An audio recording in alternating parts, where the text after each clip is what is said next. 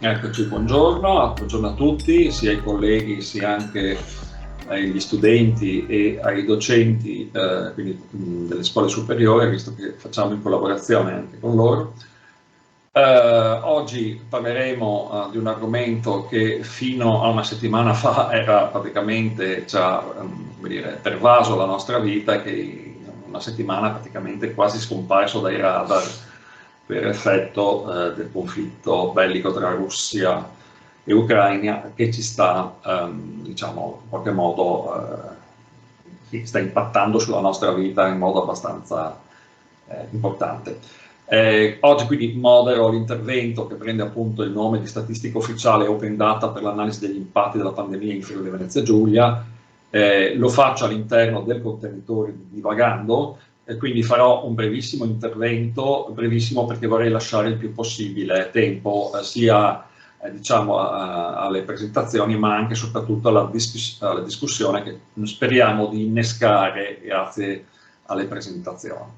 L'odierna puntata di Divagando, e passatemi il termine televisivo visto che siamo online, può essere considerata come diciamo, la continuazione di quella precedente del febbraio dell'anno scorso, che invece aveva un tema più geografico, forse infatti era intitolata come Approcci geografici per lo studio del Covid, divagando sulla divisione spaziale del virus, che aveva visto come relatori il professor Bruso dell'Università di Trieste, ma anche il professor Pesaresi di Roma La Sapienza.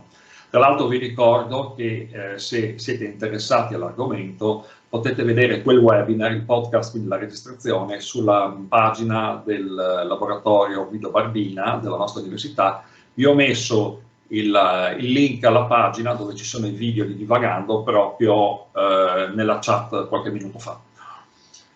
Dicevo, alla fine della presentazione dei due professori e soprattutto durante la discussione che è stata innescata, c'era stato anche l'intervento sia del professor Coppola e anche dello stesso Della Mea, che poi dopo appunto ho chiamato oggi, solo che ricordo poi come vedremo sono entrambi informatici di UniUd, e in questo contesto è esploso diciamo l'annoso problema, la vexata question della qualità dei dati, che a mio parere negli ultimi anni era un po' diciamo, scomparsa dal radar accademico ed era stata in qualche modo lasciata ai soli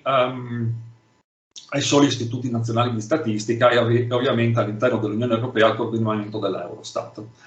All'interno di quell'evento, che aveva avuto comunque diciamo un indirizzo maggiormente geografico, aveva privilegiato infatti la diffusione del virus nella prima ondata, ed che era stato studiato anche sui dati ufficiali forniti appunto dalle istituzioni preposte, ricordiamo l'OMS, il Ministero della Salute e anche la Protezione Civile, era emersa anche tutta la tematica della diffusione, dei più diffusi big data, che oggigiorno stanno diventando sempre uno strumento sempre più importante. Infatti chi ha lavorato pesantemente su questi dati sicuramente sarà anche ricorso al servizio di hosting di GitHub.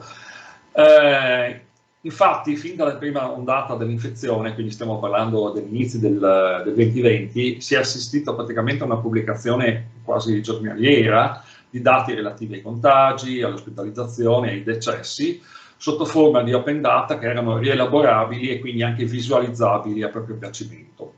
Più recentemente, cioè l'anno prossimo, a questi dati poi si sono anche diciamo, accostati i dati relativi alla campagna vaccinale. Purtroppo diciamo, questi dati non hanno sempre mantenuto la loro qualità e consistenza. In realtà ne abbiamo viste un po' di tutti i colori. Se pensate bene, all'inizio abbiamo avuto problemi definitori dove spesso le regioni sono andate un po' ognuno per la loro strada. Poi abbiamo avuto problemi e ritardi nella comunicazione, per cui nel momento in cui venivano contabilizzati successivamente si provocavano dei picchi fittizi nelle serie storiche. Infine abbiamo visto anche comunicazioni deliberatamente false che servivano sostanzialmente per sottostomare l'informazione in un territorio in modo tale da non far scattare le limitazioni alla circolazione delle persone previste dal governo italiano. Più recentemente poi abbiamo avuto anche problemi di coerenza proprio tra i dati della pandemia e quella della somministrazione di vaccini. Dicevo, proprio sulla base di quella discussione è sembrato utile ritornare sull'argomento, in particolar modo proprio quindi anche sulla qualità dei dati. Infatti l'intervento dei relatori di oggi, i quali proporranno non solo alcune riflessioni che partono ovviamente dalla loro esperienza sia professionale che di ricerca, quindi che metteranno in rilievo quindi non solo gli effetti sulla regione Friuli Venezia Giulia, ma proprio anche le problematiche diciamo, relative alla fruizione che sono dei dati fruibili in rete. Allora, adesso io vorrei presentare i relatori, quindi cercherò di leggere la scheda in modo tale da non sbagliare, perché insomma i dati lì sono un po' più precisi, non si può inventare le cose. Li presento in ordine alfabetico, ma l'ordine alfabetico corrisponde casualmente anche all'ordine di presentazione, perché abbiamo deciso appunto assieme a loro di partire prima della visione ufficiale dell'Istat per poi passare alla visione più empirica e di ricerca di Enzo, quindi del professor Della Mea, che come vi ricorderò fra poco, sin dall'inizio ha usato questi dati. Allora inizierà quindi il dottor Roberto Costa, che ha lavorato per anni in un istituto privato di indagini mercato e di sondaggi di opinione, ma è tecnologo dell'Istat. Leggo la dicitura presso, perché è un po' lunga, presso la Direzione per la Comunicazione, l'Informazione e i Servizi per i cittadini e gli utenti, dove si occupa prevalentemente di pianificazione e di organizzazione di eventi, e incontri per la diffusione e la promozione della cultura statistica, che è uno degli obiettivi fondamentali dell'istituto.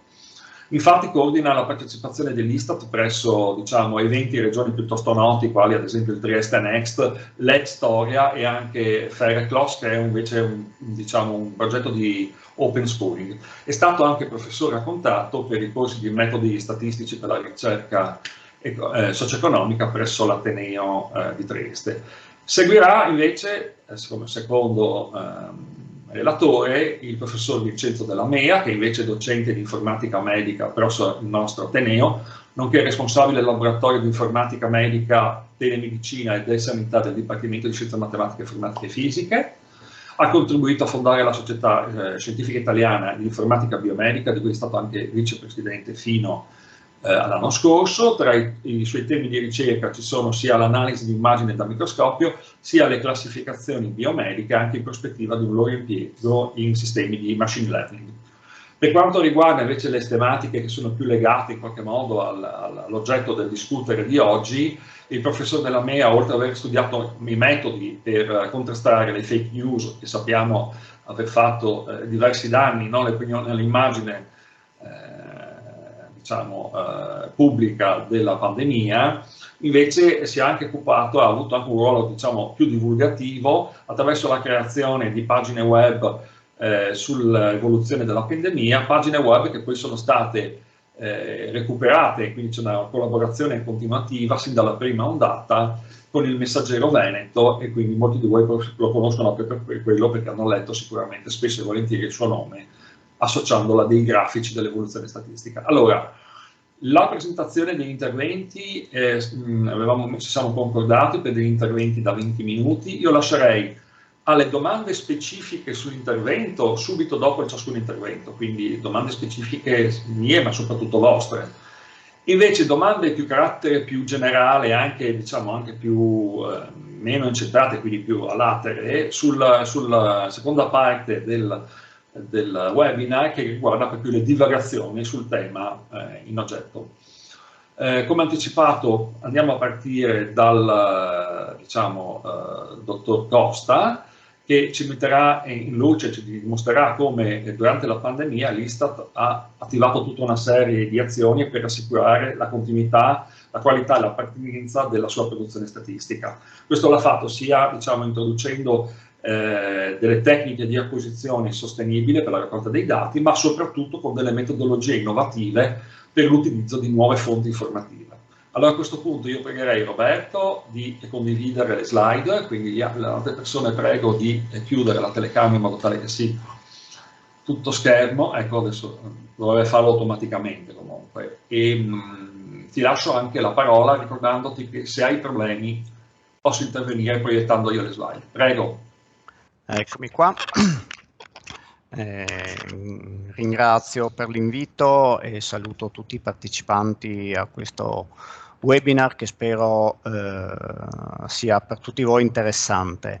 E il tema che volevo affrontare è come in qualche modo la pandemia può aver influito su il rapporto tra informazione della statistica ufficiale e il territorio. Velocemente i punti che andrò a trattare sostanzialmente sono tre, quindi la pandemia, quindi tra sfide metodologiche e bisogni informativi, la risposta che ha dato l'Istat in questo momento, che sintetizzerei nell'hashtag Istat per il Paese e dopo vediamo, per chiudere con alcuni esempi che non vogliono essere esaustivi ma vogliono assolutamente essere uno stimolo per chi è interessato per andare a cercare i dati di cui parlerò, per vedere appunto se le considerazioni che io ho fatto effettivamente possono trovare riscontro poi nella realtà. E partiamo da un assunto che per me è scontato, ma che comunque tendo a ripetere sempre. Per assumere decisioni informate è necessario avere dei dati statistici di supporto. Tanto più questi dati statistici sono buoni, tanto più le decisioni saranno efficaci. Il ruolo della statistica ufficiale è proprio quello di fornire sia ai decisori ma anche alla collettività, che in questo caso assume un ruolo appunto di cittadinanza attiva, appunto bisogna fornire dei dati che siano innanzitutto di elevata qualità, che rispettino quelli che sono gli standard, perché in questo modo sono anche comparabili con quello che succede altrove, e che non subiscano interferenze esterne, quindi che siano indipendenti da qualsiasi appunto influenza o intervento dall'esterno. E è chiaro che la pandemia ha un po', è stato un banco di prova molto forte per la statistica ufficiale, perché se da un lato ha messo in discussione quelli che sono alcuni sistemi tradizionali, come per esempio quelli di raccolta dei dati, pensiamo alle interviste tradizionali face to face, che l'Istat da tempo sta sostituendo con tecniche più efficaci e anche meno dispendiose, ma allo stesso tempo è cambiata ed è cresciuta la richiesta di informazioni. In questo caso poi la pandemia in particolare, che è andata in qualche modo a stravolgere la nostra vita quotidiana, che significa stravolgere quella che è la nostra vita sociale, che è la nostra vita lavorativa, la situazione economica del paese, eccetera. Quindi un po' tutti i settori di quella che in cui si esplica la nostra vita quotidiana, e decisori politici e opinione pubblica si sono trovati un po' spiazzati di fronte a una situazione nuova della quale poco si sapeva, poco si conosceva e non si capiva come stava andando avanti.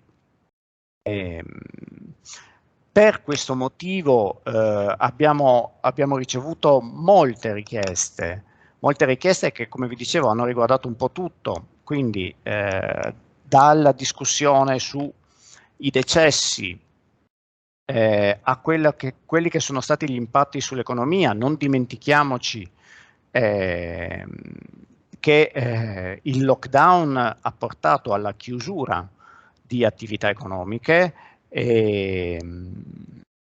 Non dimentichiamo appunto per esempio l'impatto che la pandemia ha avuto su specifici settori della nostra economia, che anche qua sul territorio sono molto importanti. Pensiamo ad esempio al turismo, agli esercizi ricettivi, ai locali, eccetera. Cosa è successo nelle famiglie? E quindi quali sono state le dinamiche demografiche, ma anche quali sono stati gli impatti sugli stili di vita. Pensiamo anche all'impatto che ha avuto, per esempio, la didattica a distanza sugli studenti e con tutte le conseguenze. Quindi è chiaro che ci siamo trovati davanti a una serie di domande, come il sistema statistico nazionale in generale, che chiedevano risposte veloci e chiedevano risposte che avessero un dettaglio territoriale più fine. Ecco, richiamo 3 principi del codice della statistica ufficiale che secondo me caratterizzano un po' quello che è stato il modus operandi della statistica ufficiale in questo periodo. Il primo principio è quello del coordinamento della cooperazione, quindi gli uffici devono collaborare all'interno del sistema statistico nazionale al fine di garantire lo sviluppo, la produzione e la diffusione di statistiche ufficiali. Vedremo dopo degli esempi, ma li posso anticipare. Pensiamo al fatto che Istat e Istituto Superiore di Sanità pubblicano un rapporto congiunto sulla situazione della pandemia. È uscito proprio l'altro ieri il 7° rapporto. Il principio 11 è quello della pertinenza, ovvero sia che le statistiche ufficiali devono soddisfare le esigenze degli utenti. Adesso ci siamo trovati in una situazione in cui le esigenze degli utenti sono profondamente mutate, no? Perché i dati sui decessi, i dati che prima avevano un percorso abbastanza lungo come termini per la validazione dei risultati, eccetera, ecco, una risposta di quel tipo lì non era più pertinente rispetto a quelle che sono le esigenze degli utenti. E quindi su questo vedremo come siamo stati capaci di rispondere a fronte di questa nuova domanda. È legato appunto al tema della pertinenza, secondo me c'è anche quello della tempestività, quindi le statistiche ufficiali devono essere diffuse in maniera tempestiva. È chiaro che diffondere un dato con mesi, attenzione che poi sono tempi che sono dovuti ai processi di validazione dei dati, cioè dalla raccolta alla validazione dei dati fino alla loro diffusione, sono tempi che si potevano considerare quasi incomprimibili, ma che in realtà, grazie anche alle collaborazioni che vedremo più avanti, ci hanno consentito di uscire in modo molto più tempestivo. In questo momento i dati per esempio sui decessi escono con meno di 2 mesi di ritardo rispetto all'evento. E questo è già un importantissimo risultato. E come vi dicevo, uno degli elementi l'elemento centrale, la risposta forte dell'Istat a questa situazione e a questo bisogno di informazioni da parte di tutti in questa fase molto delicata, è questo hashtag Istat per il Paese. E in questo periodo l'Istat non solo ha garantito la continuità e la qualità della produzione statistica appunto in un momento così particolare, quindi anche noi ci siamo trovati a lavorare in smart working, anche noi ci siamo trovati a dover reinventare le modalità di svolgimento delle indagini che una volta venivano fatte appunto con interviste faccia a faccia, con la raccolta dei dati sul campo. E quindi nuove modalità di raccolta dei dati statistici e un grosso investimento sulla digitalizzazione, eccetera, ha consentito appunto che l'informazione statistica non si sia mai fermata in questo periodo. Se andiamo sul sito, appunto, diciamo sulla sezione Istat per il Paese, possiamo trovare tutti quelli che sono i dati aggiornati sulle tematiche che possono essere importanti per capire meglio questa fase emergenziale, quelle che sono state anche le iniziative straordinarie messe in atto dal nostro istituto sia per la prosecuzione delle rilevazioni che per l'esecuzione di nuove rilevazioni. e dopo vedremo alcune di queste. E come vi dicevo,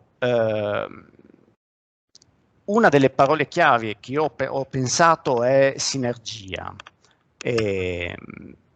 Proprio l'altro ieri, come vi ho detto, è uscito il settimo rapporto congiunto Istat Istituto Superiore di Sanità sulle principali caratteristiche di diffusione dell'epidemia del virus Covid-19 e del suo impatto sulla mortalità totale del biennio 2020-2021.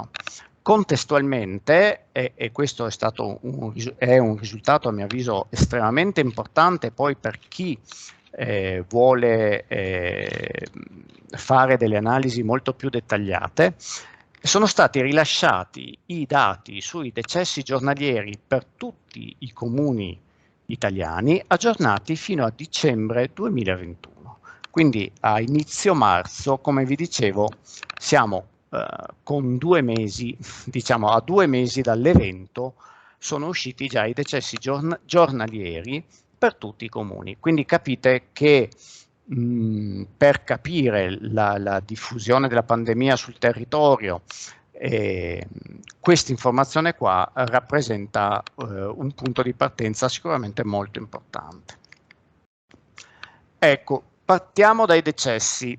Come siamo riusciti ad arrivare a questo punto? Ci siamo riusciti perché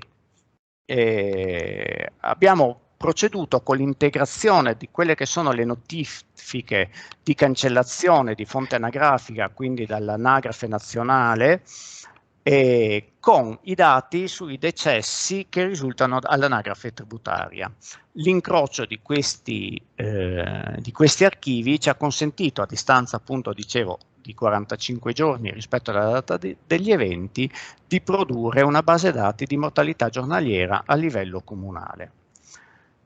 Vediamo un paio di grafici. Questo, per esempio, prendendo solo i dati nazionali, che sono quelli indicati in grigio, con i dati del Friuli Venezia Giulia, dimostrano come, che Friuli Venezia Giulia in rosso, come se la prima ondata aveva toccato marginalmente la nostra regione, quindi con un incremento dei decessi rispetto alla media del periodo 2015-2019, che aveva toccato circa il 20% in più nel mese di aprile 2020, mentre a livello nazionale si era abbondantemente sopra il 40%, ma le immagini della situazione nel nord-ovest dell'Italia, della Lombardia e in parte anche del Veneto, li abbiamo ancora ben chiari nella memoria. Vediamo come nei mesi più caldi, quindi da maggio a luglio, sostanzialmente l'andamento dei decessi è praticamente pari alla media del periodo 2015-2019, per poi ripartire, e l'ondata successiva aveva colpito più pesantemente la nostra regione, il nord-est, arrivando nel mese di dicembre, quindi a un aumento di quasi del 70% dei decessi rispetto al corrispondente periodo medio tra il 2015 e il 2019. Dopodiché, come vedete, quest'ultima ondata di nuovo riparte prima con dei picchi nei mesi di agosto 2021 e settembre 2021 in Italia, per poi tornare in modo un po' più pesante dalle nostre parti. Allo stesso modo, i dati che noi abbiamo diffuso permettono anche una lettura. Adesso io qui ovviamente mi sono fermato a livello provinciale, a livello comunale c'è veramente tantissimo materiale su cui fare delle analisi. Come vedete, a livello provinciale anche qua possiamo notare i diversi andamenti, quindi con dei picchi che inizialmente avevano toccato la provincia di Trieste, mentre l'ondata, diciamo, dell'inverno 2020, a cavallo tra il 2020 e il 2021, aveva toccato maggiormente la provincia di Udine, dove si era arrivati a livelli molto alti, come variazione percentuale dei decessi rispetto al corrispondente periodo 2015-2019, eccetera. Quindi, come vedete, ogni passaggio, ogni step successivo ci consente di leggere in modo sempre più accurato il territorio, fino ad arrivare appunto alla lettura comunale.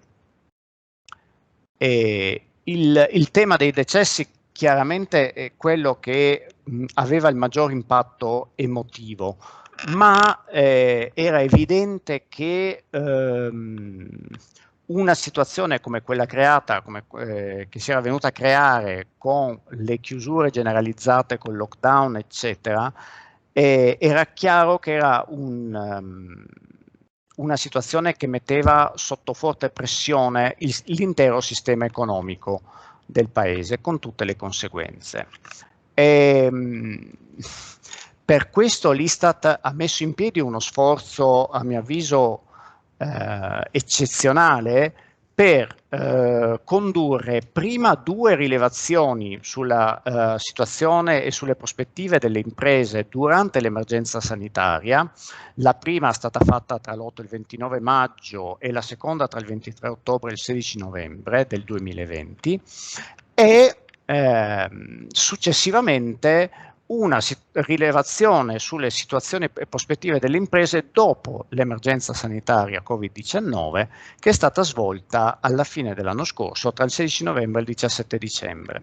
Ecco, di queste indagini, diciamo una delle caratteristiche è proprio quella della tempestività, ovvero sia i tempi per la raccolta dei dati sono stati contenuti rispetto a quello che sono normalmente i tempi dedicati a indagini di questo tipo, di questa natura, quindi come vedete più o meno una ventina di giorni, 20-30 giorni di rilevazione, e un'uscita dei risultati in tempi estremamente brevi.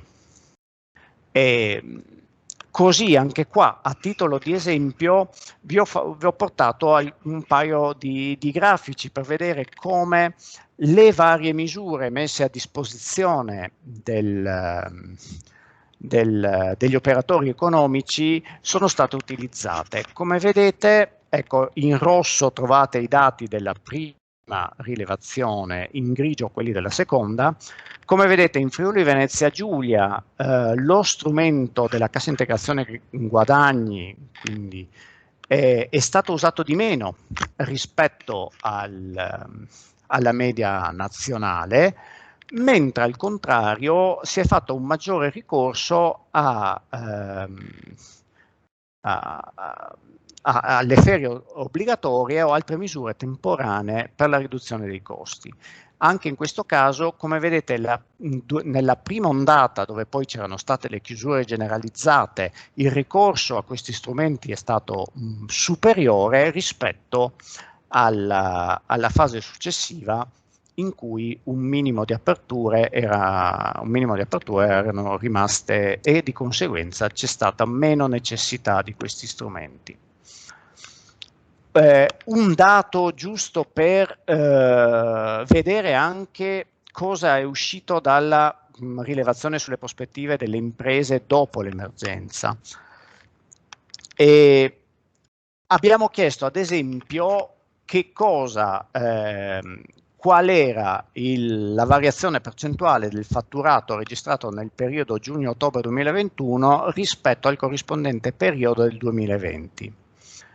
È interessante vedere come in Friuli Venezia Giulia la quota di imprese che hanno registrato un fatturato inferiore è inferiore al 30%, mentre a livello nazionale riguarda un'impresa su 3. Ed è interessante vedere come in sostanza ci sono 3 blocchi pressoché di uguali dimensioni, quindi circa un terzo ha avuto un peggioramento, un terzo ha mantenuto una sostanziale stabilità, un altro terzo ha registrato un aumento. Diciamo un segnale positivo per il nostro territorio è che sono maggiori percentuali di imprese che, rispetto alla media nazionale, tra coloro che hanno registrato aumenti superiori al 10% del bilancio. Questo è solo uno dei dati, perché poi per questa rilevazione le informazioni sono molto ricche. Ecco, come vi dicevo, appunto, qui è un 28% che ha fatto registrare, che ha dichiarato una riduzione del fatturato o addirittura il conseguimento di un fatturato pari a zero. Situazione demografica. Ecco, per quanto riguarda la situazione demografica, l'epidemia ha accentuato la crisi demografica che è già in atto nel nostro paese da tempo. Questo grafico vi evidenzia in azzurro il saldo naturale, quindi la differenza tra nati e morti, che come vedete sia per l'Italia che per il Friuli Venezia Giulia risulta negativo. È stato negativo per tutto il periodo, da gennaio 2020 a novembre 2021. Mentre il saldo migratorio, quindi anche qua il saldo tra iscritti e cancellati, risulta per il Friuli Venezia Giulia praticamente quasi sempre positivo, seppur nel periodo di marzo-aprile, quindi nel periodo marzo-aprile 2020, quindi un periodo particolarmente critico, come vedete anche i movimenti della popolazione sui territori sono stati estremamente contenuti, per poi ripartire verso i mesi di settembre e ottobre, e poi sono rimasti sempre a livelli molto, molto bassi. Diverso è il dato nazionale che, come vedete, per i primi 7-8 mesi del 2020 hanno avuto sempre un andamento negativo. E, ecco, il divario tra nascite e decessi registrato nel 2020 è in termini negativi è stato secondo solo al 1918, quindi a distanza di più di 100 anni siamo arrivati ai livelli appunto del periodo bellico. E la cosa particolare è che questo deficit è stato riscontrato in tutte le regioni d'Italia, quindi senza grandi differenze. Ecco, quindi mi avvio alla conclusione. Che cosa possiamo dire da questo punto di vista? È chiaro che in questo periodo, e prima qualche riferimento al tema delle fake news, eccetera, la statistica ufficiale ha svolto un ruolo fondamentale laddove c'era bisogno di garantire continuità e qualità della produzione statistica per garantire un'informazione affidabile. Cioè, io ricordo l'appuntamento fisso giornaliero con la conferenza stampa della Protezione Civile che dava i dati sull'andamento del virus, sui contagi e su queste cose qua. E da questo punto di vista io penso che la statistica ufficiale ha raccolto e per certi versi anche ha vinto alcune sfide. Quindi l'introduzione di modalità di raccolta dei dati che hanno superato i tradizionali metodi dell'intervista faccia a faccia, lo switch che siamo riusciti a fare sostanzialmente praticamente in tempo reale per alcune indagini continue, penso ad esempio all'indagine sulle forze di lavoro, ne è l'esempio. Lo sviluppo delle sinergie all'interno del sistema statistico nazionale che hanno permesso di ridurre i tempi tra raccolta e diffusione dei dati, e la capacità di garantire la pertinenza delle informazioni. Io credo che in questo periodo l'Istat e il sistema statistico nazionale effettivamente abbiano dimostrato come sia possibile, anche in tempi abbastanza contenuti, garantire che l'informazione statistica risponda effettivamente a quelli che sono le esigenze conoscitive. È chiaro che di strada ne deve essere ancora fatta, ma credo che la risposta in questa fase sia stata positiva e che molte delle cose che sono state messe in piedi in questo periodo potranno proseguire anche in futuro. Ecco, detto questo vi ringrazio e sono a disposizione per le vostre osservazioni. Allora, grazie Roberto. Io adesso farei delle considerazioni velocissime e poi chiederei se ci sono delle domande specifiche sull'intervento, se no dopo passiamo eventualmente al professore Della Pia. Allora, tu hai citato ovviamente tre tematiche enormi, no?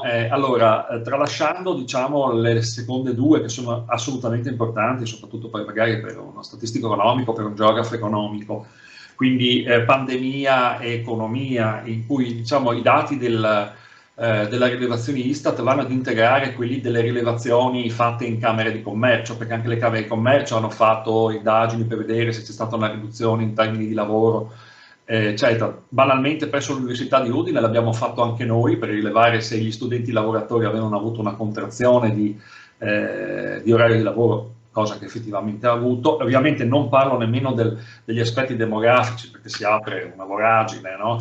Perché il saldo naturale è sprofondato sostanzialmente per gli effetti della pandemia, cioè l'aumento del numero dei morti nelle classi soprattutto anziane, diciamo nelle classi diciamo anche più fragili, perché non sono morti solo anziani, cioè questo è vero, va detto, perché diciamo sempre è una malattia per vecchi, ma non è proprio così.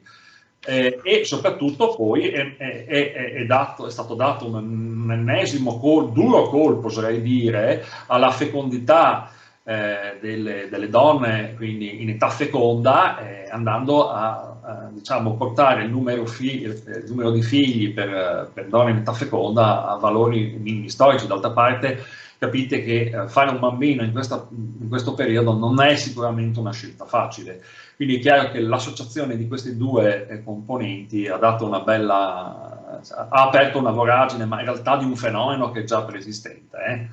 Questo ovviamente porterà, andrà studiato un ennesimo colpo all'invecchiamento della popolazione italiana, che ricordiamoci essere un fenomeno di tutti i paesi avanzati in termini economici.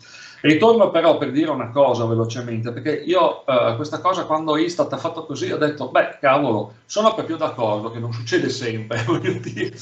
Per quanto riguarda i decessi, secondo me l'aver preso come punto di riferimento la media 2015-2019, secondo me è stata una gran volpata, scusatemi il termine, perché questo ha messo fine discussione a quella tediosa discussione, anche spesso utilizzata anche a fini, diciamo così, per tirare acqua al proprio mulino, tra morti per Covid e morti con Covid. Si va invece ad analizzare proprio la differenza di mortalità tra un livello medio pre-pandemia e quello che avviene dopo la pandemia. E lì stiamo attenti che c'è la morte, il livello di mortalità per di qualsiasi tipo, perché quello che non si pensa, e secondo me invece è importante, pensate a tutte le morti indirette da Covid, cioè le morti di persone che se curate in un momento normale probabilmente avrebbero potuto superare la crisi magari di un malanno che non era legato al Covid, ma è una morte indiretta, nel senso che è stata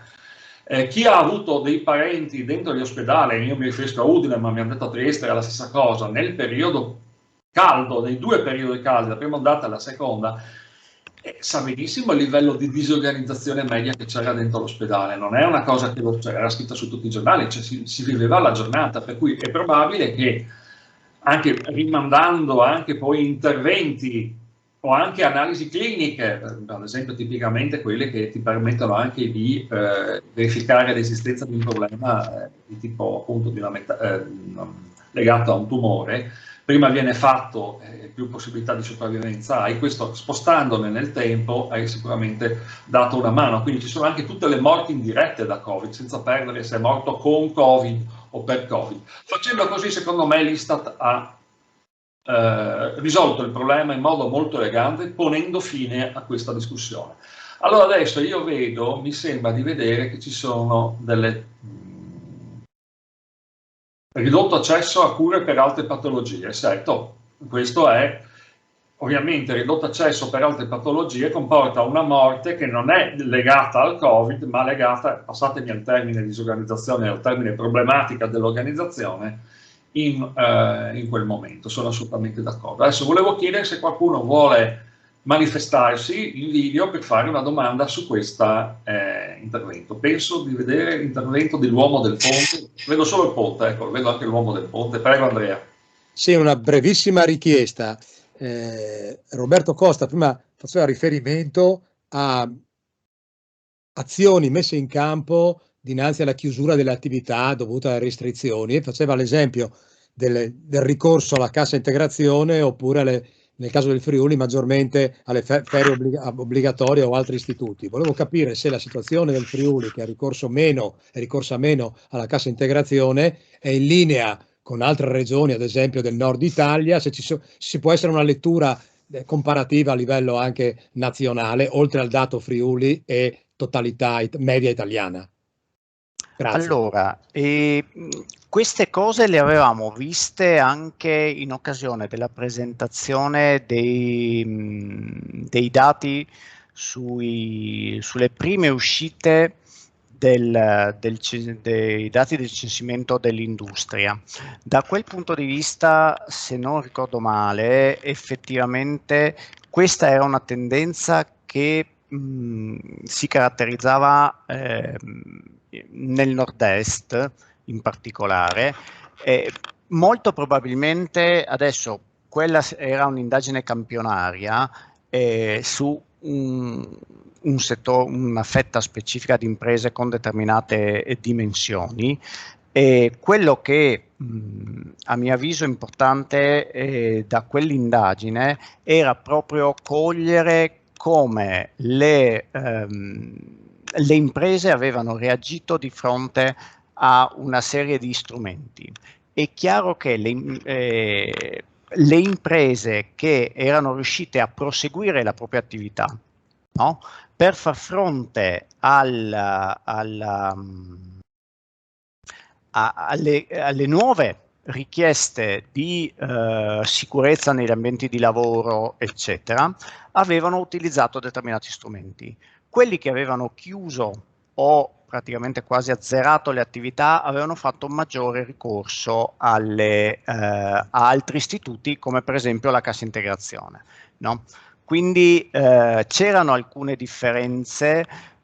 Torno a dire, il punto secondo me trovo un po' difficile riuscire a capire, e questo si può fare guardando i settori di attività economica, se è un fenomeno di natura strettamente territoriale o se è un fenomeno di natura più che altro economica. Quindi laddove sono maggiormente presenti determinate attività economiche si sono adottati certi strumenti, laddove sono presenti degli altri se ne sono adottati degli altri. Allora, ci sono altre domande da parte su questa specifica presentazione? Per quelle generali parliamo nella seconda parte. Direi di no. Io avevo la mano alzata volendo, era più scusa, stavo cercando di capire perché ormai il monitor è invaso di tante cose, dimmi. Allora, riguardo i decessi, contare i decessi effettivamente è un processo che si è velocizzato tantissimo, rimane sempre lungo anche per necessità di valutare la causa di morte, che è un altro dei lavori che fa Istat negli uffici centrali, no? L'apposito ufficio. Quello che è vero, alla fine per, con, di, tra, fra, Covid, forse importa poco in generale, però in particolare può servire per capire appunto anche dove agire maggiormente, no? Questa rimane un'operazione lenta, mi sembra, quasi necessariamente, perché non è facile. Ma sicuramente lì è proprio un discorso di percorso che fanno poi le schede di morte, no? Però va detto che questa è stata sicuramente l'occasione per riprendere in mano proprio questo tema. E avevamo parlato anche con il collega che coordina appunto le attività relative a questo tipo di informazioni, al trattamento di questo tipo di informazioni. È chiaro che lì il percorso resta complesso, perché c'è la scheda che viene redatta dal medico, che poi fa tutti i suoi passaggi, che va in regione, eccetera. Quindi il percorso quello è un percorso per sua natura più lungo, ma che sicuramente è suscettibile di miglioramento laddove si intervenga proprio sul processo di lavorazione di quei dati, no? Fino adesso quello è sempre stato un dato, come appunto si diceva, secondario fino a un certo punto. Diciamo, importava sapere quanti erano morti, no? Poi le cause, eccetera, era quasi più una cosa da addetti ai lavori. In questo periodo sicuramente è cresciuta l'attenzione su una velocizzazione nei tempi, che è stata immediatamente presa in carico anche dai colleghi che si occupano di questa cosa. Quindi sono certo che una delle prossime conseguenze sarà anche quello, un miglioramento di quei tempi che, torno a dire, per loro natura sono più lenti proprio per il giro che fanno al momento le schede di morte. Quindi questo tipo di statistiche saranno però pubblicate nell'ambito della collana relativa alle cause dei decessi, quindi esatto, cioè come una delle cause, però in modo un po' con maggiore attenzione a classificare un morto da Covid piuttosto che un morto con Covid, perché questa è la grossa, e quella dipende ovviamente dalla cartella clinica, penso. No? Esatto, ma su quello da subito l'Istat aveva diramato le indicazioni per la corretta compilazione delle schede di morte. Quindi immediatamente nel momento in cui era venuta fuori questa nuova problematica, erano immediatamente state mandate le istruzioni per come codificare correttamente questo aspetto.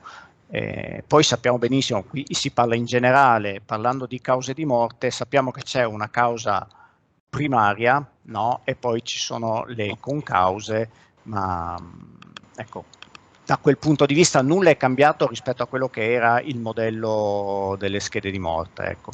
Quindi anche su quello, se posso fare una considerazione personale, quella è sempre stata, a mio avviso, quindi qui parlo da cittadino, non tanto da esperto dell'Istat, è stata un po' un pretesto iniziale per smentire un po' certe evidenze, no? Perché il fatto, però c'aveva la polmonite, eccetera. Ok, ma se c'aveva la polmonite poteva vivere.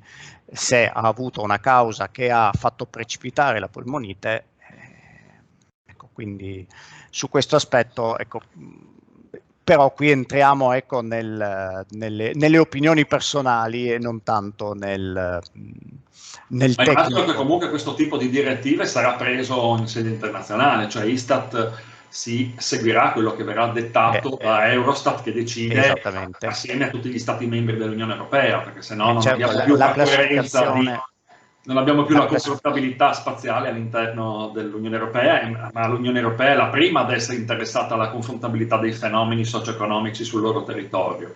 Esatto, la classificazione delle cause di morte è una classificazione internazionale adottata da tutti gli istituti nazionali di statistica.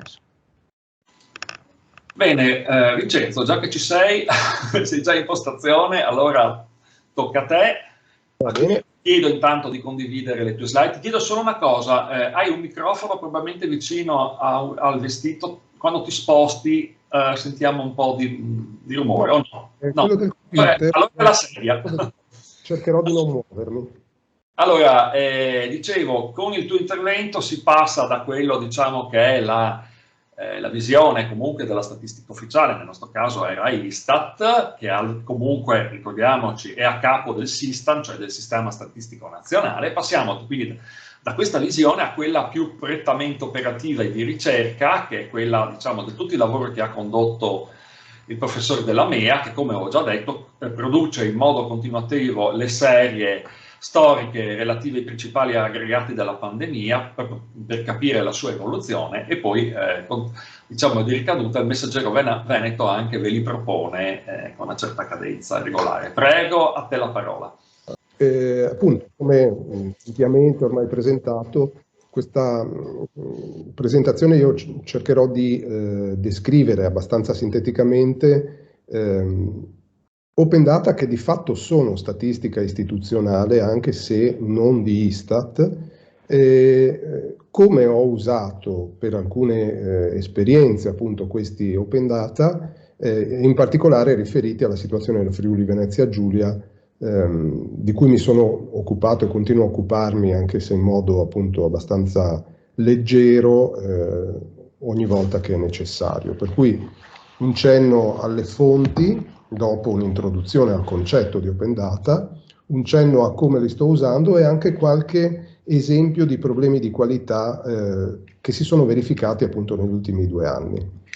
Open Data, dati aperti in italiano, anche se li chiamiamo Open Data lo stesso perché risulta più chiaro il significato, sono dati liberamente accessibili con delle eventuali restrizioni specificate in una licenza, ma che sono tipicamente l'obbligo di citare la fonte, mantenere la propria banca dati derivata da quella sempre aperta, insomma cose di questo tipo, che si richiamano a una disciplina più ampia che è quella dell'open government, qualcosa di indirizzato all'apertura e alla trasparenza, con un'etica simile ad altri movimenti come l'open source, l'open access, eccetera.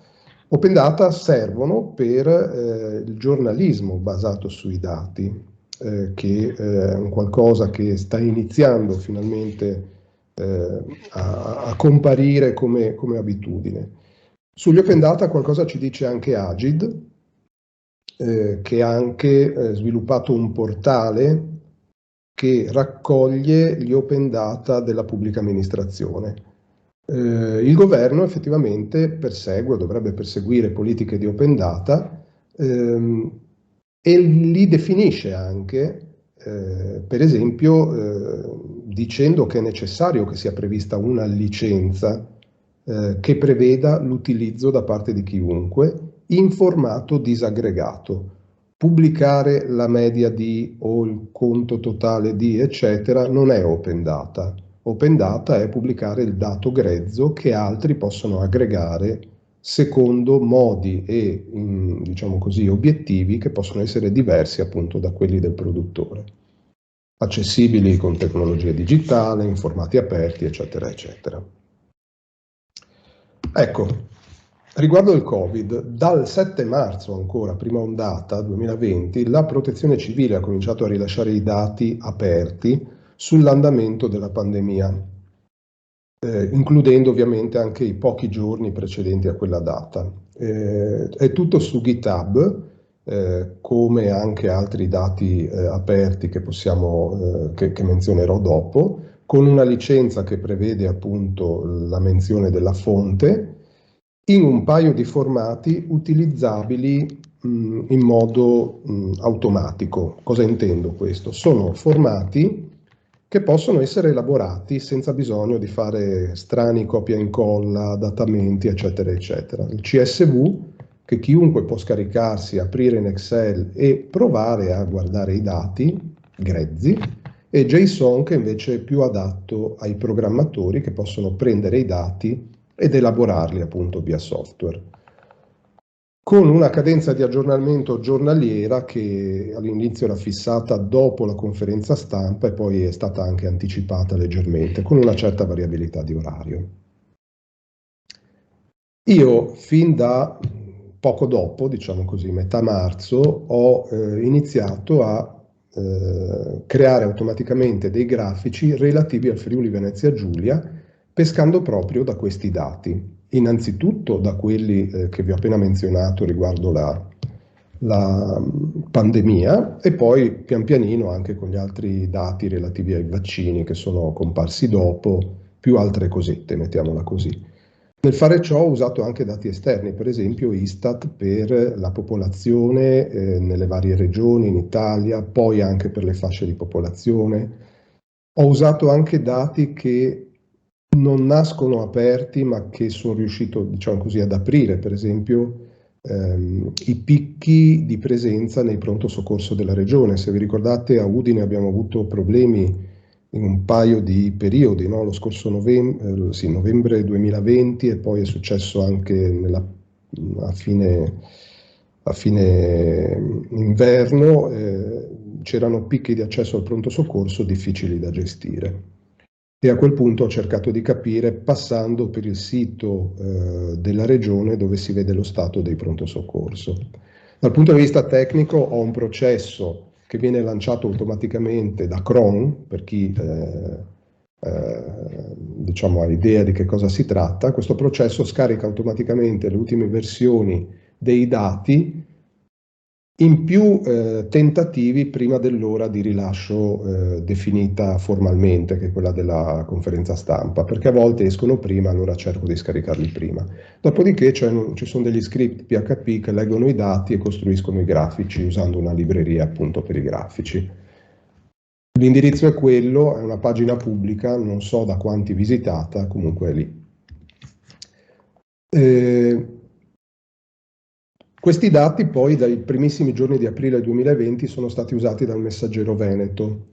Il Messaggero Veneto, il vice direttore Paolo Mosanghini aveva chiesto al mio collega Agostino Dovier se c'era qualcuno disponibile a commentare i dati, e Dovier mi ha passato la palla sapendo appunto che avevo questa pagina e che tutto sommato mi occupo di informatica medica, per cui per i primi 40 giorni, ogni giorno ci sentivamo dopo la conferenza stampa con qualche commento, e poi per fortuna un appuntamento settimanale, no? Ogni tanto anche investigo su diciamo, spunti miei o anche del giornalista che mi segue, investigo temi particolari cercando appunto dati sia tra questi ufficiali pubblicati che anche da altre fonti, in modo da capire come vanno le cose. Qui ho riportato un grafico che è quello che in altre forme è presente oggi su Repubblica, no? Siamo considerati un mistero per la mortalità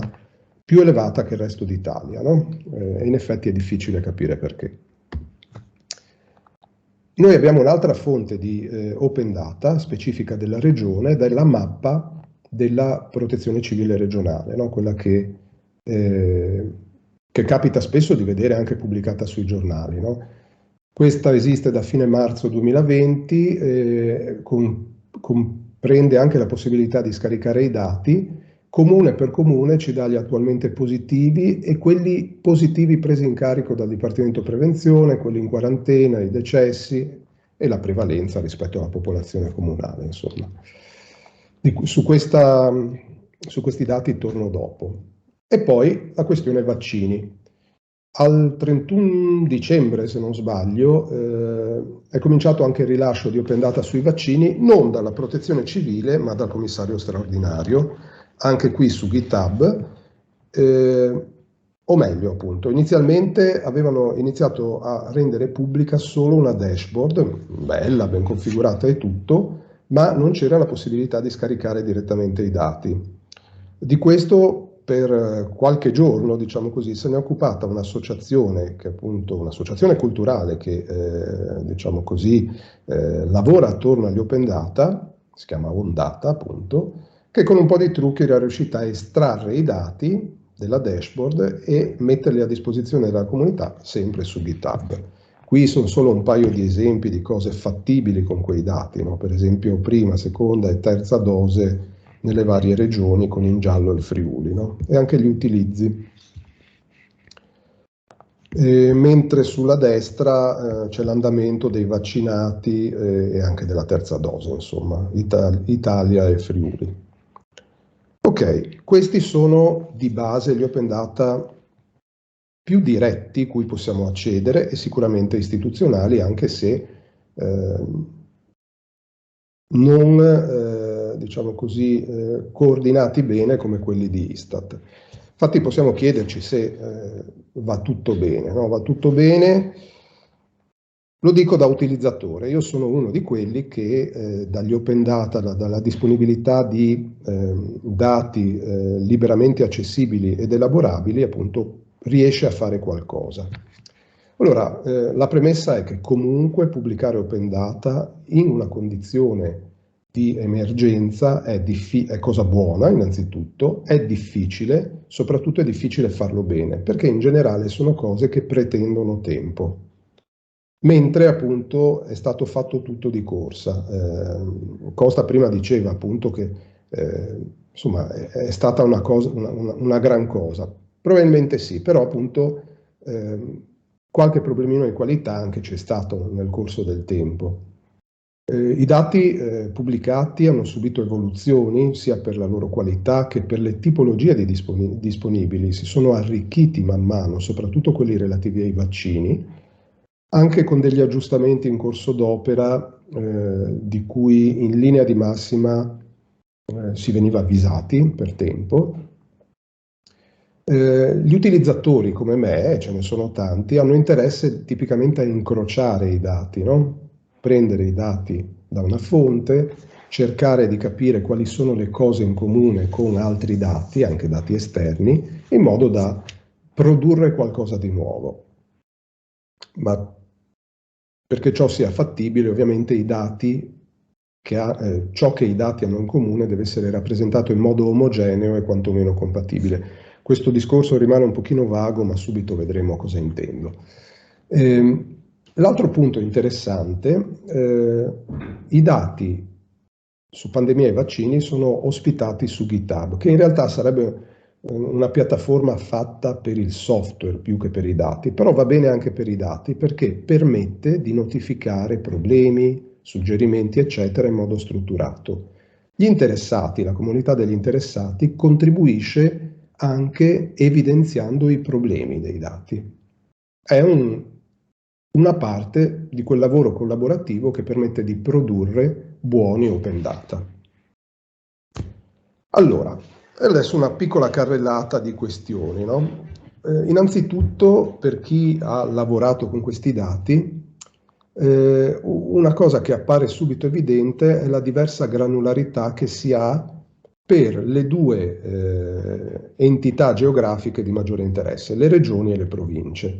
Sulle regioni, parlo della pandemia in questo caso, c'è un'abbondanza di dati, no? In cui i ricoverati con sintomi, i ricoverati in terapia intensiva, il totale degli ospedalizzati, chi in isolamento, eccetera, è descritto in modo estremamente fine. Per esempio, il numero di test molecolari e antigenici e quanti positivi molecolari e antigenici. Questo è successo da un certo momento in poi, ovviamente. Ecco, tutte queste cose nelle province non si trovano. Per le province, nelle statistiche ufficiali, otteniamo solo il totale dei casi.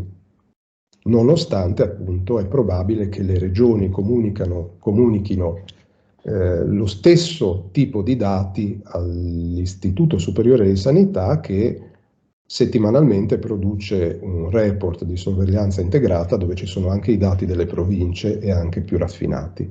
A livello di comune è comprensibile una certa ritrosia ad essere così granulari perché si pone un problema di privacy soprattutto nei comuni piccoli, però a livello di provincia probabilmente il problema non si pone.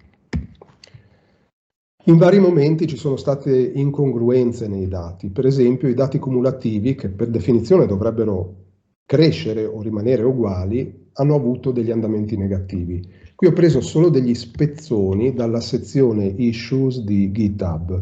Su ognuno dei siti dove vengono pubblicati i dati, gli utenti possono notificare appunto dei problemi, per cui variazioni negative, numero tamponi incongruente, incongruenze con dati che sembrano cumulativi ma poi si riducono,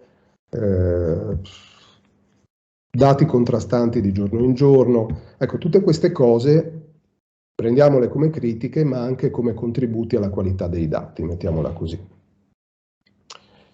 In Friuli Venezia Giulia abbiamo avuto degli episodi appunto strani sui dati che in qualche modo poi rendono difficile produrre dei grafici consistenti, no? Qui per esempio, in alcuni casi ho cercato di rattoppare, per dire, però questo era difficile da rattoppare. Durante l'estate a un certo punto, ecco, guardate il grafico sulla destra, no? La linea blu sono i nuovi positivi, d'estate ovviamente sono calati fin quasi a zero. Le righettine più sottili sono gli attualmente positivi, cioè quelli considerati positivi in un dato giorno. Il giornalista del Messaggero che mi segue di più mi aveva già detto, sì, ma com'è possibile che ci siano tutti questi attualmente positivi con così pochi positivi, nuovi positivi ogni giorno? No? C'era qualcosa che non calava mai, probabilmente dei dati, dei positivi che una volta negativizzati non venivano tolti dal sistema e rimanevano lì ad incrementare i valori. No? A un certo punto sono spariti e questo ha provocato, diciamo così, dei grafici dove a un certo punto ci sono meno 30.000 persone testate, no? Perché appunto se faccio i conti automaticamente non posso badare a questo tipo di errori. Riguardo la mappa della protezione civile regionale, i dati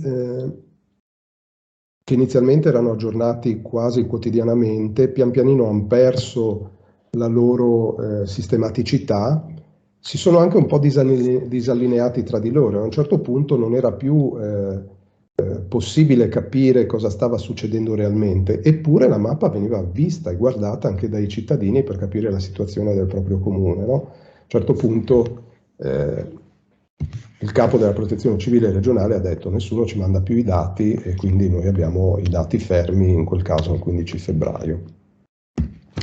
Di recente abbiamo avuto un episodio relativamente alle vaccinazioni. Un paio di giorni c'è stato un incremento errato del numero di vaccinati nella nostra regione che praticamente ha sfondato anche il 100% sulla prima dose. No? Era stato un qualche errore che poi è stato corretto ovviamente. E poi invece una questione più generale che poi si è risolta, no? Ma per dire in qualche momento è stato un problema. No? Come possiamo indicare le regioni in modo che siano interpretabili automaticamente, ma anche le aree di altro tipo, insomma? Ci sono diversi modi, no? Per noi utenti umani che leggiamo un foglio Excel, il nome della regione può andare benissimo, no?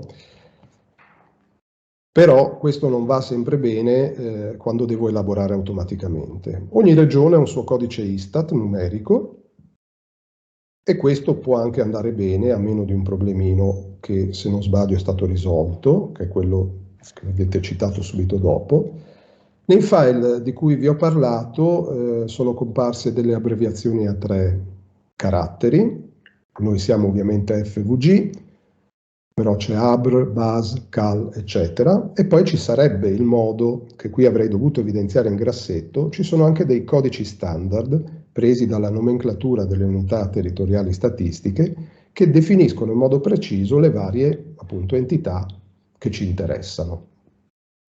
Uno dei problemi, appunto, per esempio, è il fatto che fino a poco tempo fa, almeno da qualche parte, Trentino Alto Adige era considerata come una regione, da qualche altra le 2 province autonome erano entità separate. No? In tutto questo c'è stato poco coordinamento iniziale. Nei dati della pandemia, fin da subito c'era il nome della regione più il codice Istat, ma inizialmente senza separazione tra Trento e Bolzano, sostanzialmente. Nei dati dei vaccini, invece, questi dati, queste specifiche non erano presenti inizialmente, ma solo le abbreviazioni a 3 caratteri. Dopo un mese e un certo numero di richieste da parte della comunità, degli utilizzatori, hanno implementato i codici NUTS, hanno inserito anche il codice Istat, eccetera, eccetera, e questo ha permesso un allineamento, no, tra i 2 dati che prima facevamo costruendoci noi il mapping tra le 2 cose e utilizzandolo.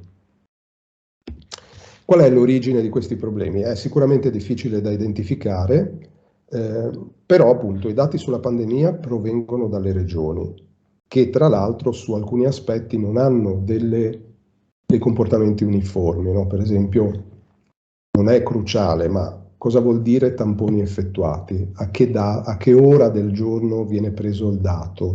Insomma, sono cosette che, diciamo così, poi nel lungo termine si producono differenze che si smorzano, sul breve a volte possono essere degli effetti un po' strani. Comunque l'impressione finale che si ha, avendo a disposizione questi dati in formato aperto, anche con i commenti che poi vengono aggiunti, no? Ci sono delle note che spiegano alcune differenze, insomma. Ecco, ci sono sicuramente dei passaggi di input manuale che fungono quasi da ponti tra sistemi informativi computerizzati differenti, no? Con qualcuno che ha un suo sistema informativo dove produce i dati e fa l'equivalente di un copia e incolla in un qualche altro sistema informativo, e con questo si hanno sia dei colli di bottiglia, sia anche una fonte di possibili errori, no? Nei vari passaggi. Questo è il processo come definito relativamente ai dati sulla pandemia. Le regioni compilano i dati su un applicativo dell'Istituto Superiore di Sanità entro le 16:30, lì c'è un qualche controllo a livello regionale. Il Ministero della Salute verifica i dati e li invia al Dipartimento di Protezione Civile entro un'ora, veloce. I dati a quel punto sono più o meno certificati, vengono controllati e vengono elaborati dataset sintetici a cui accediamo noi in qualche modo. E poi vengono pubblicati su GitHub e anche su una dashboard che rimane comunque presente e utilizzabile. Come notate, appunto, la community di utenti viene esplicitamente menzionata come fonte di controllo, no? Perché alla fine su GitHub gli utenti commentano e aiutano a migliorare la qualità, sebbene a posteriori, insomma. Probabilmente ci sono dei passaggi, soprattutto tra Regione e Ministero della Salute, dove è possibile appunto che qualcuno faccia a mano dei lavori che potrebbero essere fatti con una migliore integrazione tra sistemi informativi, riducendo quindi anche la possibilità di errore. Conclusioni. Allora, intanto speriamo che gli open data siano qui per restare, no? Perché al di là di tutto è stato importante anche vedere cosa succede durante la pandemia e come funziona la campagna vaccinale, che rimangano stimolando sia un approccio culturale diverso da parte delle pubbliche amministrazioni, no? Più aperte, più trasparenti, e anche favorendo l'analisi indipendente dei dati, e non tanto per fare le pulci, no? Perché in quest'ottica collaborativa non è fare le pulci, ma contribuire in modo costruttivo alla comprensione dei fenomeni. E io con questo ho finito. Eccomi, ti ringrazio anche per questo interessantissimo, ma comunque comprensibilissimo intervento, anche per, diciamo, i non informatici. Devo dire che mi ha un po' rinfrancato sentirti dire che c'erano dei problemi sui dati di GitHub, perché quando appunto durante l'anno scorso, a giugno, controllavo appunto anche i dati relativi alla prima ondata, di incongruenze ce n'erano grosse. La più elevata, quella che mi ricordo perché l'ho usata anche come battuta, mi sono ritrovato un giorno con un valore negativo dei morti, cioè praticamente c'erano stati un grosso numero di resuscitati. Ora, nella storia dell'umanità uno solo ne ha combinato, diciamo, ha avuto una grande ripercussione. Ho detto il Friuli Venezia Giulia che ne ha 400, dovrebbero avere maggiore. Ovviamente è un problema sicuramente di errata contabilizzazione, li hanno tolti di brutto, però è chiaro che guardando queste, così da utente anche non informatico come posso essere io, seguendo le serie storiche, vedendo appunto, come dicevi tu, i dati cumulativi che diminuivano per effetto di variabili che dovrebbero essere strettamente positive o tutt'al più nulle, essere negative, e hai qualche dubbio sulla qualità dei dati ti veniva. È vero anche che ho avuto, anche, come hai detto tu, grossi problemi quando si trattava di raccordare il dato provinciale, che praticamente c'era ben poco, con quello regionale, e poi proprio facendo anche poi semplicemente le somme dei dati a livello comunale, perché mi sembra che c'era il problema degli ospedalizzati, se mi ricordo bene, perché è passato un po' di tempo. Allora, io adesso vorrei... Allora, scusate, avevo promesso, se c'è qualche domanda specifica sull'intervento del professor Della Mea, è gradito appunto che venga esplicitata in questo momento, se no si cominciano a fare domande, si comincia un po' a divagare, un momento meno strutturato. C'è Roberto Costa, mi sembra che ha alzato la manina. Roberto? Eccolo. Domanda? Sì, Prego. ma sì, anche qui domanda / considerazione. Credo che Vincenzo abbia evidenziato un problema che spesso viene sottovalutato, ma che in realtà diventa alle volte, non dico insormontabile, ma fonte di errori, che è quello delle classificazioni, no? D'altra parte, in un modo o nell'altro, ogni classificazione è una forzatura, lo sappiamo da esatto, no, però molto spesso, ecco, si dedica tanta attenzione al contenuto dei dati, no? Quindi come dire, ecco, effettivamente il numero di vaccinati piuttosto che questo, piuttosto che quell'altro, ma l'etichetta iniziale che attribuisce un significato a quel numero spesso viene sottovalutato, con tutti i problemi che giustamente Vincenzo evidenziava. Per esempio, certe procedure automatiche che si incastrano perché da una parte c'è scritto Valle d'Aosta e dall'altra c'è scritto Valle d'Aoste o Valle d'Aosta barra in francese, Bolzano barra Bozen, Bolzano Prov Out, Bolzano, Trentino Alto Adige, eccetera, eccetera, no? E quindi questo sicuramente è un tema su cui riflettere in generale, ecco, come penso alla comunità di statistici, di utilizzatori di Open Data, eccetera. Quindi, e torniamo un po' alla logica dell'attenzione a quelli che sono i metadati, no? E quindi a tutte le informazioni sul dato che molto spesso, a volte sono carenti, e credo che poi sono quelle che per indisponibilità o per disattenzione, e ci mettiamo alla fine pure la malafede, portano alla scorretta o alla poco corretta interpretazione dei risultati. Tutto qua, grazie. Allora, purtroppo siamo arrivati quasi alla fine, cioè nel senso che siamo alle 5 quasi, e io vorrei farvi delle domande generiche, per cui però aspetto soprattutto domande dalla platea sostanzialmente. Allora, io vorrei chiedere velocissimamente a tutti e due, nel proprio ambito di competenza, se secondo voi praticamente quali sono, diciamo, per ovviamente Roberto, gli sviluppi che potrebbe diciamo, intraprendere Istat, per invece quando riguarda Vincenzo le tue linee di ricerca, quali sono secondo voi gli aspetti della pandemia che andrebbero ancora chiariti magari con la produzione di nuova informazione statistica? Cioè, secondo voi, allora, tipicamente il problema del geografo è descrivere la diffusione spaziale delle varie ondate, no? Voi ritenete che ci sono delle cose che vi hanno un po' stuzzicato e cui vorreste approfondire, oppure pensate in termini di Istat di iniziare un lavoro specifico, se hai qualche indirizzo, Roberto? Allora, mi sembra che già sui morti ne è stato detto qualcosa, no? Esatto. Sulla mortalità, scusate. Esatto, quello che non sono in grado di anticipare quelle che sono le possibili linee Istat di evoluzione di questa cosa. Ti dico che cosa stuzzica a me personalmente, no?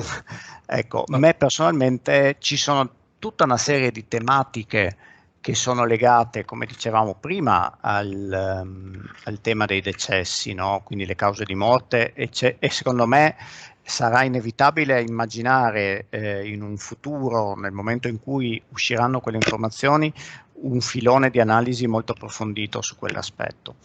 E poi, secondo me, così in generale la pandemia ci ha ulteriormente insegnato, qualora ce ne fosse bisogno, che comunque la richiesta di dati sempre più granulari a livello territoriale è molto forte. Su questo io sono curioso di capire qual è la risposta non tanto dell'Istat, ma del Sistema Statistico Nazionale. In che senso?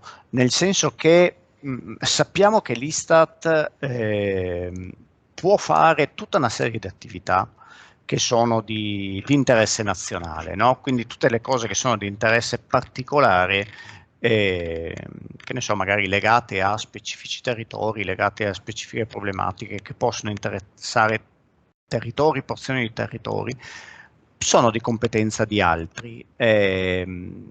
Capire come queste cose possono andare assieme. Quindi io penso in generale, ma è una considerazione appunto tutta mia, quella che è le capacità di governance da parte del Sistema Statistico Nazionale di una produzione di dati molto granulari necessari per le analisi a livello territoriale molto spinto.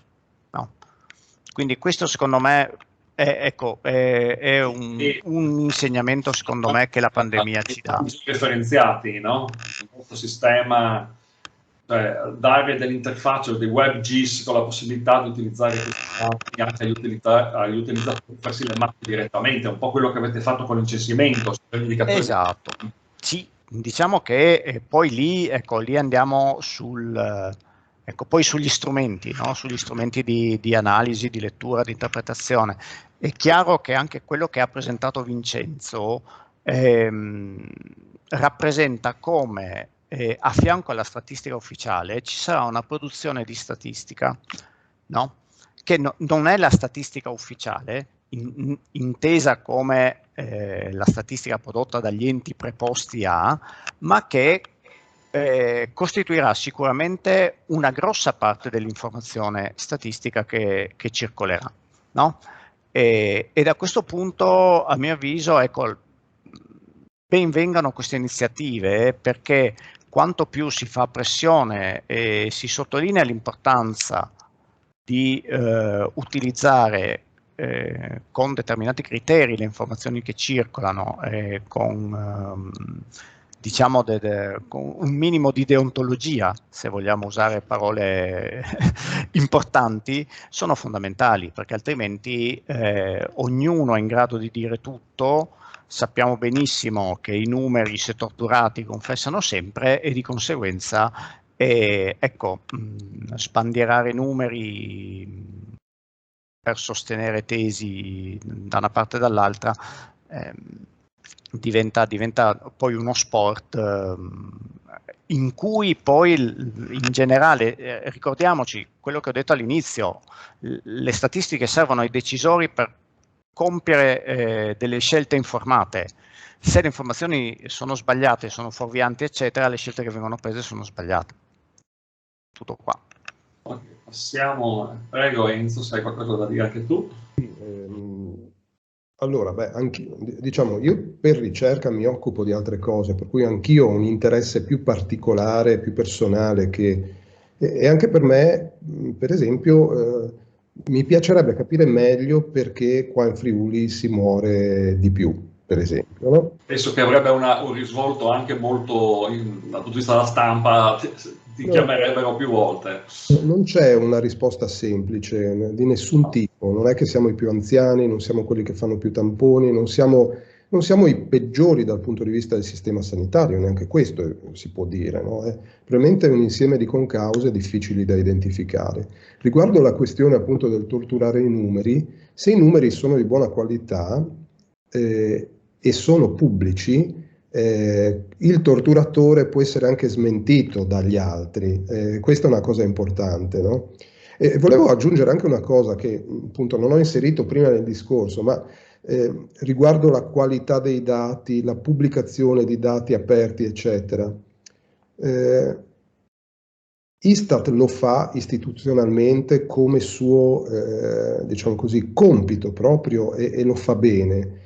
A me l'impressione, appunto, è vero, eravamo in emergenza, eccetera, eccetera, però vedere i dati pubblicati, in particolare quelli dei vaccini, proprio perché all'inizio c'erano i nomi delle regioni che erano le sigle a 3 lettere, cose del genere, mi è parso qualcosa che qualcuno ha imparato a fare in corso d'opera, ecco, senza partire con un bagaglio di esperienze e conoscenze che avrebbe potuto usare fin da subito, insomma, no? Più un crescere nel tempo anche come capacità, come esperienza, insomma. Beh, No? immagino, insomma, ogni crisi, anche un'opportunità, sia stata sicuramente un catalizzatore nell'utilizzo di strumenti, forse che la statistica ufficiale non era avvezza. Anzi, se posso essere, all'inizio forse ha fatto anche un po' di difficoltà, perché se c'erano dei nuovi produttori di dati di una certa qualità comunque ufficiale, tu capisci che gli istituti di statistica nazionale venivano un po' ridotti nella loro funzione, quindi probabilmente all'inizio c'è stato un po' di diffidenza, secondo me, ma stiamo parlando di anni fa. Adesso ormai anche l'utilizzo, appunto, dicevo, di big data, comunque di fonti diverse da quelle dell'indagine classicamente fatta dall'Istat, sta diventando una necessità e non c'è più possibilità di tornare indietro, secondo me, anche perché anche dal punto di vista economico, come anche Costa mi insegna, ogni di queste rilevazioni costano parecchio, sia in termini appunto di ore uomo che in termini, e non per caso si è passati da dei censimenti classici, che sono veri censimenti, a quelli che sono chiamati adesso censimenti, ma che non lo sono sostanzialmente delle indagini campionarie, ok? Però mi chiedo appunto se magari l'Istat coinvolta in qualche fase iniziale non avrebbe potuto vedere a colpo d'occhio che era il caso di usare dei codici standard per le regioni, per esempio. Sì, sicuramente sono piccole cose che forse, Perché sai, è una competenza questa, non è? comunque sai benissimo anche tu, Enzo, che il senno di poi è una scienza esatta, quindi sicuramente speriamo che lo faccia d'ora in poi. Infatti la domanda successiva, che anche perché vorrei vedere, andremo a chiudere, se no ci sono anche magari delle domande dalla platea. E allora, intanto appunto, proprio nella situazione emergenziale sono uscite delle ricerche, degli studi che sono stati pubblicati, non dico di fretta, di furia, ma comunque c'era una certa fame conoscitiva all'inizio, per cui la qualità dei dati utilizzati, non possiamo nasconderci dietro un dito, non era eccelsa, e quindi secondo me si assisterà sicuramente alla revisione di qualche risultato che è stato trovato in un primo momento, mi riferisco soprattutto anche alla prima fase. Per cui io la domanda l'ho scritta, ma adesso so già in realtà la domanda ve la pongo, ma so già la risposta, perché da quello che avete già detto fino adesso ormai si traspare. Secondo voi la qualità dei dati attuali, quelli che vengono emessi adesso, hanno superato questa problematica o non ancora del tutto? Mi sembra che siete stati già abbastanza evidenti prima, comunque io ve la pongo. E poi domanda, ecco, questa domanda facilissima da porsi e difficilissima da rispondere: cosa bisognerebbe fare in futuro per migliorare scusate, la qualità di questi dati? E quindi dopodiché vediamo, dopo questa risposta, se ci sono delle domande e andiamo a chiudere. Prego, vuoi iniziare tu, Roberto, visto che abbiamo fatto parlare Enzo fino adesso? Eccomi. Allora, io credo che in qualche modo sappiamo, perché come dicevo prima,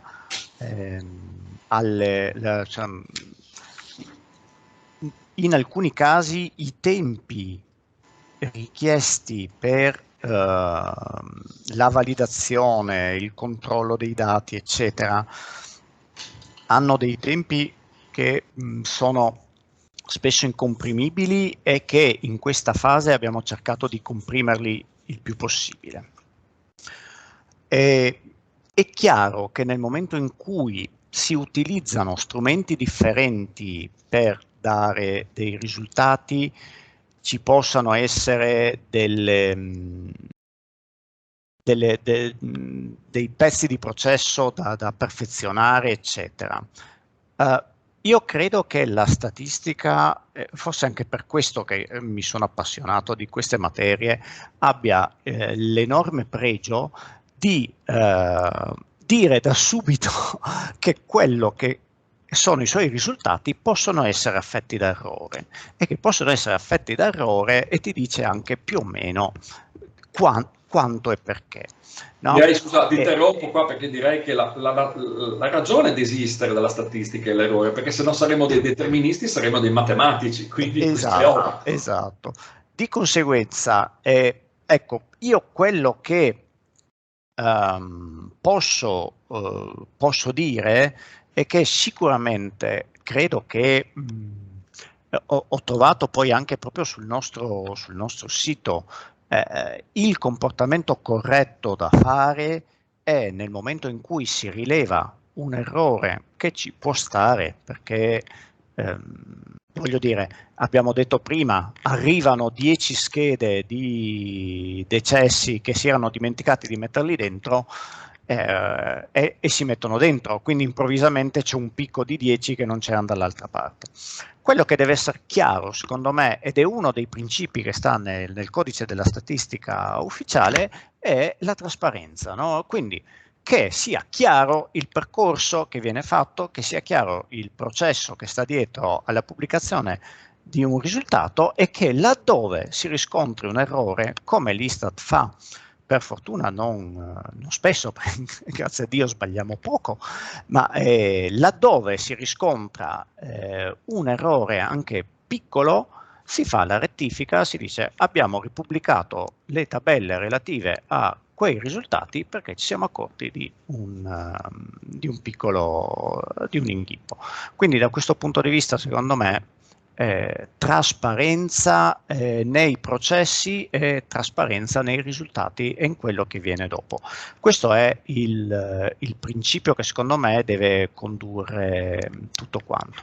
Dopodiché, ecco, per il futuro sicuramente li abbiamo anche accennati, ci sono dei temi che stanno dietro a determinati processi che portano alla produzione di un risultato. Quello delle cause di morte era un esempio che abbiamo fatto prima, laddove si può, e secondo me è uno degli aspetti su cui si può lavorare e si può fare qualcosa, si possono fare degli interventi di processo che consentano di ridurre i tempi di lavorazione di alcuni risultati senza, anzi, magari anche migliorando la qualità dei dati, no? Diciamo, lo sforzo di digitalizzazione che ha fatto l'Istat e che è ancora in piedi e che è ancora lungi dall'essere concluso, va proprio in questo senso. Sappiamo benissimo che quanto più passaggi ci sono su modelli cartacei, eccetera, eccetera, tanta maggiore è la probabilità di introdurre degli errori.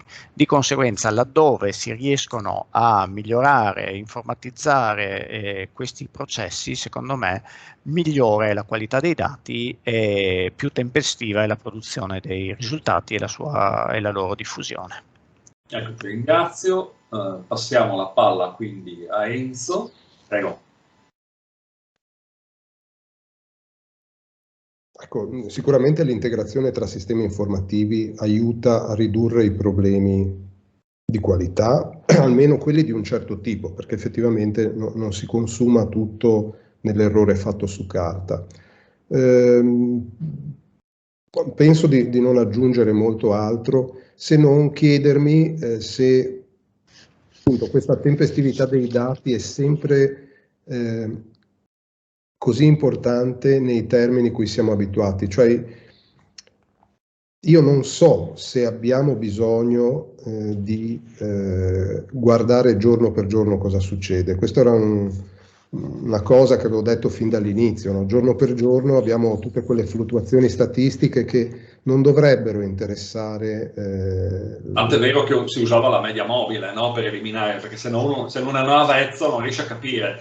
Però poi ogni giorno i quotidiani dicono oggi abbiamo percentuali positivi più di ieri, il giorno dopo di meno. Così. Soprattutto nel weekend, il problema dei weekend. Quando... Finalmente un calo che poi è il weekend. Esatto. Informazioni probabilmente accompagnate da un'educazione statistica maggiore fin dalle scuole, ecco, non che sia una cosa specialistica, almeno per capire cosa aspettarsi e quali sono i limiti, no, di questi dati che sentiamo, ecco, questo potrebbe servire, quindi non solo qualità dei dati ma anche qualità dell'ascolto in qualche modo, no? Qui hai sfondato una porta aperta perché, come dicevamo prima, la cultura statistica, che è molto bassa in Italia, ma perché è anche molto bassa quella matematica, scusate, è uno dei, come dire, degli obiettivi fondamentali dell'Istat, associato a quello principale che è la produzione dei dati sia diciamo, a livello interno, quindi nazionale, che internazionale, per essere forniti quindi all'Eurostat. Mi avete dato una risposta che è in linea proprio alla vostra veste, cioè Roberto mi ha dato una risposta incentrata sui metadati e tu ovviamente sulle integrazioni dei sistemi informativi, e ci sta benissimo.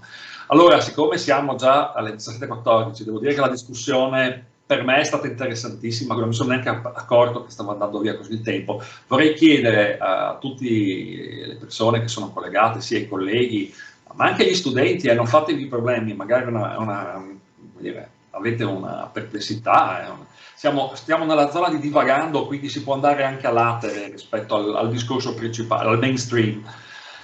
Se ci sono quindi domande da parte quindi degli uditori, della platea di uditori.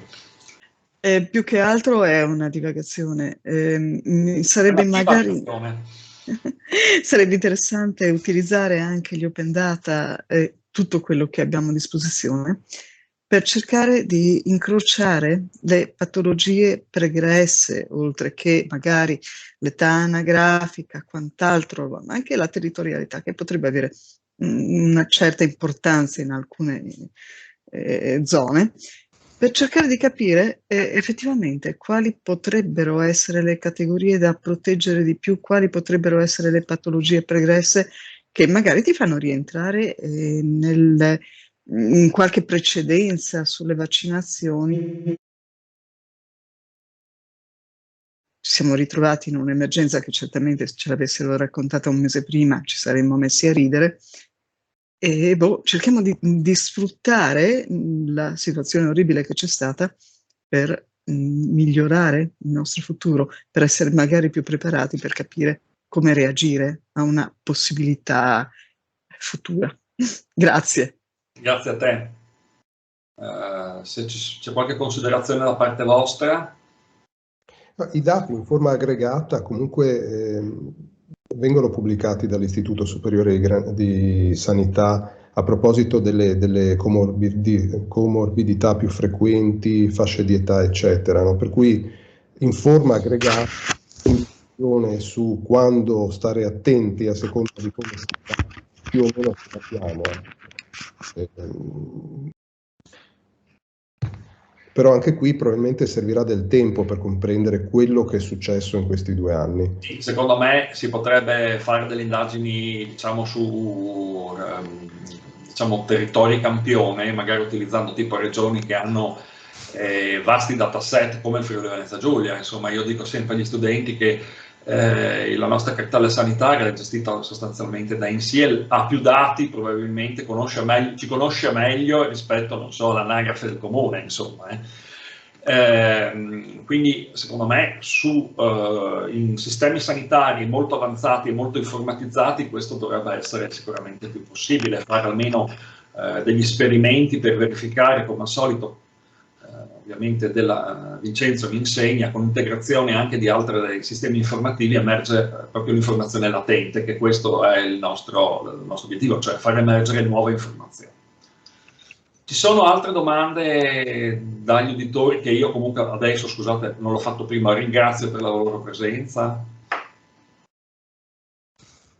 Mi sembra che per questo weekend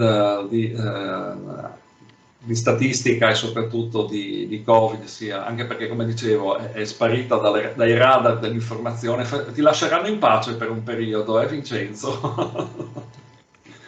Forse adesso tornerà di moda la quantità di radiazione nell'aria, un po', torniamo all'86, che forse molti di voi non hanno vissuto perché sono più giovani gli studenti, ma chi era giovane nell'86 si ricorda, io mi ricordo ancora le rilevazioni che venivano fatte al Malignani, ma anche a Cividale, negli istituti tecnici, proprio nel campo da sport, tipicamente da calcio dell'istituto.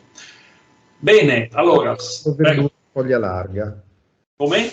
E non si mangiavano verdure a foglia larga. E non si doveva stare neanche fuori, cioè c'erano tante cose che facevano parte ormai della fantascienza di anni fa, ma purtroppo se continua così, speriamo di no.